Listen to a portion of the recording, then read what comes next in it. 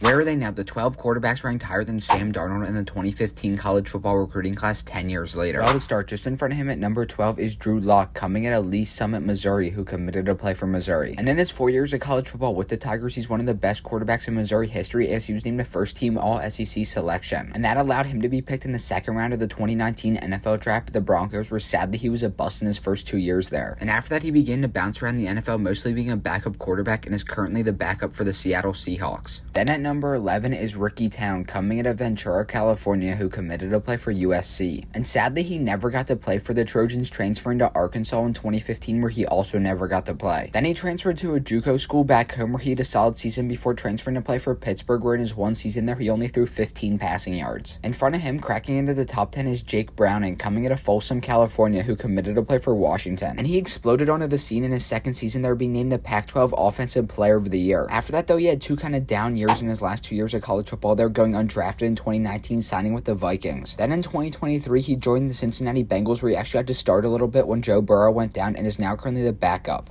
And coming in at 9 is Torrance Gibson, coming out of Fort Lauderdale, Florida, who committed to play for Ohio State. Sadly, he never got to play at all for the Buckeyes, transferring to play for Cincinnati, where he also didn't play for the Bearcats. He then would transition into a wide receiver, attending Mississippi Gulf Community College, where after that he joined the Spokane Shock. And in his one season of professional football there, he played in 6 games and scored 1 touchdown. Just in front of him at 8 is Travis Johnson, coming into Anaheim, California, who committed to play for Oregon. And after not getting to play at all for the Oregon Ducks, he transferred to Riverside Community College, where he'd be the backup quarterback. Then following that in 2018, he transferred to Montana State, where he'd be a do-it-all receiver there, as he was both a great receiver and rusher, but sadly went undrafted, signing with the Buccaneers, where he actually had to win a Super Bowl before last playing professional football in 2023. Coming in at 7 is DeAndre Francois, coming out of Orlando, Florida, who committed to play for Florida State. And his career with the Seminoles actually got off to an extremely hot start, as he'd be named the ACC Rookie of the Year. After that, though, he didn't do much in his last 2 years of college football there, transferring to play for Hampton in 2019, where he had a solid senior season. But following that, DeAndre Francois went on to play in the fan-controlled football league before last playing for the DC Defenders in 2024. Then coming in at 6 is Brady White, coming out of Santa Clarita, California, who committed to play for Arizona State. And at Arizona State, he just never really got an opportunity to start, transferring to Memphis in 2018. And he immediately started and was dominant for Memphis, being one of the best quarterbacks in Tigers history, as he would go on to be picked in the 2022 USFL draft, where sadly he never really got that much of an opportunity in professional football, and is now currently the Arizona State's assistant wide receivers coach. And cracking into the top 5 is Jarrett Stidham, coming out of Stephenville, Texas, who committed to play for Baylor.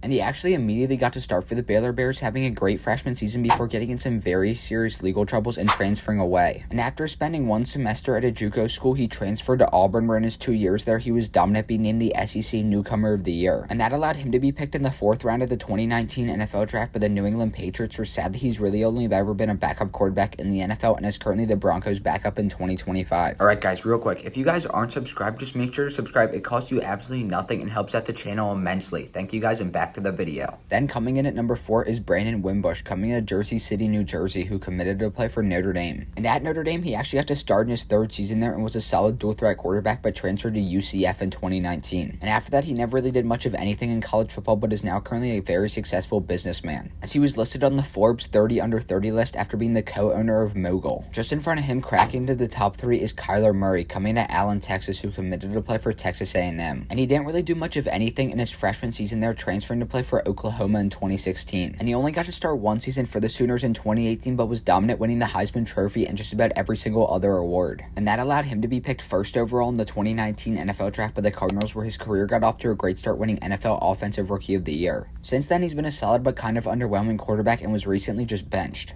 Coming in at 2 is Josh Rosen, coming out of Bellflower, California, who committed to play for UCLA. And in his 3 years with the Bruins, he was a great quarterback, throwing 59 touchdowns, as he was named the Pac-12 Freshman Offensive Player of the Year. And that allowed him to be picked 10th overall in the 2018 NFL Draft by the Arizona Cardinals, where sadly he was one of the biggest busts in NFL history, being traded off to the Dolphins in 2019. And after that, he mostly just bounced around practice squads, last playing for the Vikings in 2022, before he's now currently a student at the University of Pennsylvania. And finally, at number 1 is Blake Barnett, coming out of Corona, California, who committed to play for Alabama. And he never really got an opportunity to play with with the Crimson Tide, transferring to play for Arizona State in 2016. And in his one season at Arizona State, he also just never really got to play, transferring to play for the University of South Florida in 2018. And sadly for Blake Barnett, he was just a complete bust, playing 2 years at USF and just never really getting to play, but is now currently an account executive at Teamworks.